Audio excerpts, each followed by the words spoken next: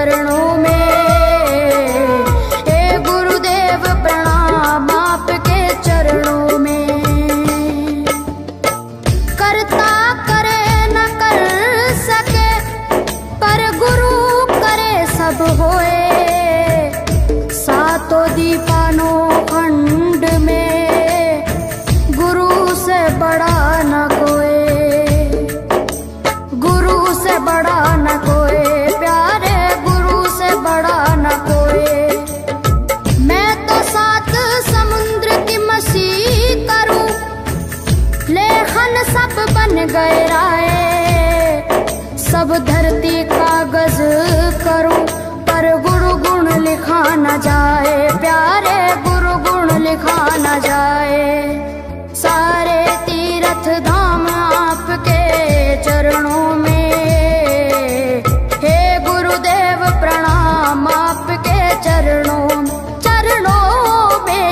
सारे तीर्थ धाम आपके चरणों में। हे गुरुदेव प्रणाम आपके चरणों में। मेरे बाबा है, मेरे बाबा, मेरे बाबा, मेरे बाबा, मेरे बाबा।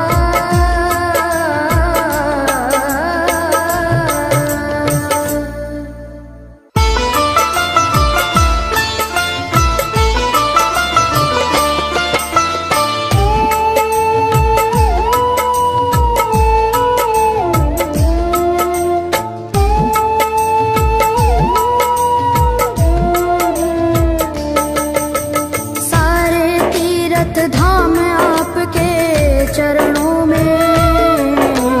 हे गुरुदेव प्रणाम आपके चरणों में। सारे तीर्थ धाम आपके चरणों में। हे गुरुदेव प्रणाम आपके चरणों में।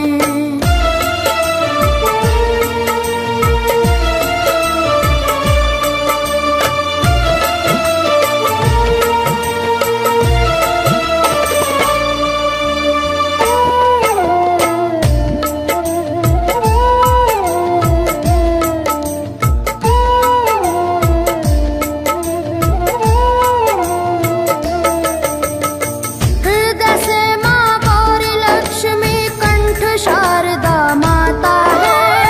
हृदय से माँ गौरी लक्ष्मी कंठ शारदा माता है।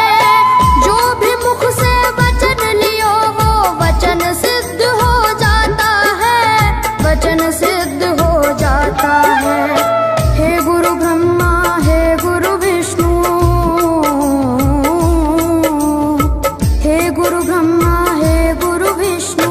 हे शंकर भगवान आपके चरण